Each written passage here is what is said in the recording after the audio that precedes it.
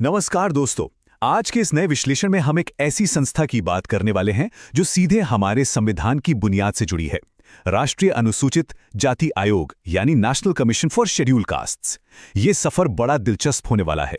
हम समझेंगे कि आखिर संवैधानिक सुरक्षा कवच जमीन पर कैसे बनाए गए हैं और ये आम लोगों के अधिकारों की रक्षा कैसे करते हैं। तो चलिए इस पूरे मैकेनिक को समझते हैं। तो चलिए आज के इन 4 मुख्य स्तंभों पर नजर डालते हैं। पहला, संवैधानिक आधार। दूसरा, आयोग का विकास। तीसरा, इसके कार्य और रिपोर्टिंग। और आखिर में इसकी सिविल कोर्ट वाली शक्तियां। शुरू करते हैं पहले हिस्से से, द कॉन्स्टिट्यूशनल फाउंडेशन यानी संवैधानिक आधार। अब एक बहुत बेसिक सी बात समझते हैं।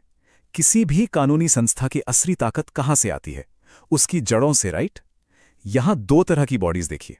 एक तरफ है कॉन्स्टिट्यूशनल बॉडीज, जैसे हमारा एनसीएससी, जिसका जिक्र सीधे संविधान के आर्टिकल 338 में है।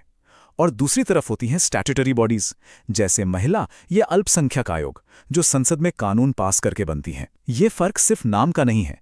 जब कोई संस्था सीधे संविधान के अंदर दर्ज हो जाती है ना, तो उसकी ताकत और उसका वजूद एकदम पत्थर की लकीर बन जाता है। इसका मतलब है इस आयोग के पीछे देश के सबसे बड़े कानून की पूरी ताकत खड़ी है। तो सवाल उठता है, आर्टिकल 338 में शुरुआत में आखिर था क्या? अगर हम मूल संविधान को देखें तो वहां शेड्यूल्ड कास्ट्स और शेड्यूल्ड ट्राइब्स के संवैधानिक अधिकारों की जांच के लिए सिर्फ एक स्पेशल ऑफिसर की नियुक्ति का प्रावधान था। इन्हें कमिश्नर फॉर एससीज एंड एसटीज कहा जाता था। इनका एकलौता काम था इन वर्गों के अधिकारों से जुड़े सभी मामलों की जांच करना और सीधे राष्ट्रपति को अपनी रिपोर्ट सौंपना।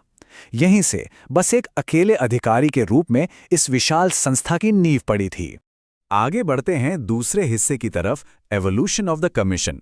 देखते हैं कि ये संस्था समय के साथ कैसे आगे बढ़ी। इस टाइमलाइन पर जरा गौर कीजिए।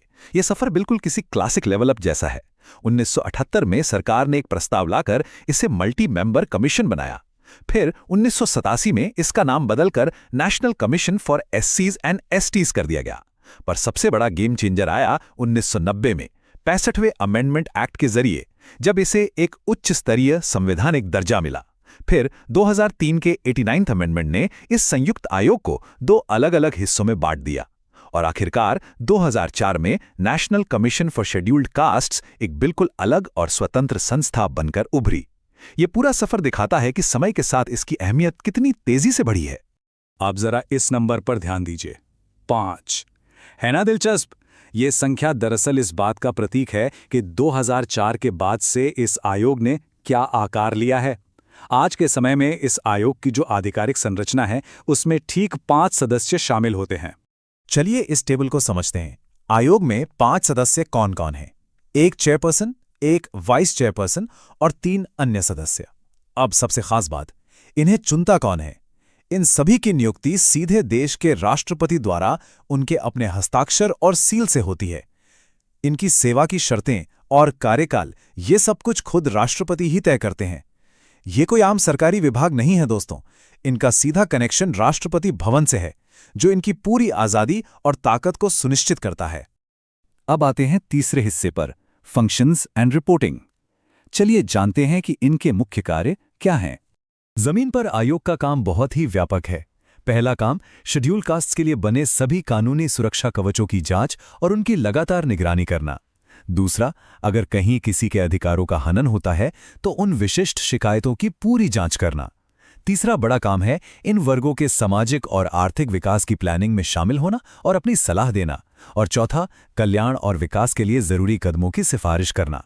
कहने का मतलब है, ये सिर्फ बैठकर नियम बनाने वाली संस्था नहीं है, ये एक्चुअली जमीन पर उतरकर अधिकारों की ढाल बनती है। और ये बात इस आयोग के रिपोर्टिंग स्ट्रक्चर को बेहद शानदार तरीके से समझाती है। इसे एक सरकारी चक्कर मत मानिए, ये एक सख्त चेन ऑफ अकाउंटेबिलिटी है। स्टेप 1, आयोग अपनी रिपोर्ट राष्ट्रपति या राज्यपाल को सौंपता है। स्टेप 2, राष्ट्रपति इस रिपोर्ट को संसद के दोनों सदनों के सामने रखते हैं। और स्टेप 3, जो सबसे क्रूशियल है, एक्शन टेकन मेमोरेंडम। सरकार को लिखित में जवाब देना पड़ता है कि आयोग की सिफारिशों पर क्या एक्शन लिया गया, और अगर कोई सिफारिश नहीं मानी गई तो क्यों। सरकार बस इनकी बातों को नजरअंदाज करके आगे नहीं बढ़ सकती। चलिए आगे बढ़ते हैं चौथे और आखिरी हिस्से पर, powers of a civil court. देखते हैं इनके पास कानूनी ताकत कितनी है।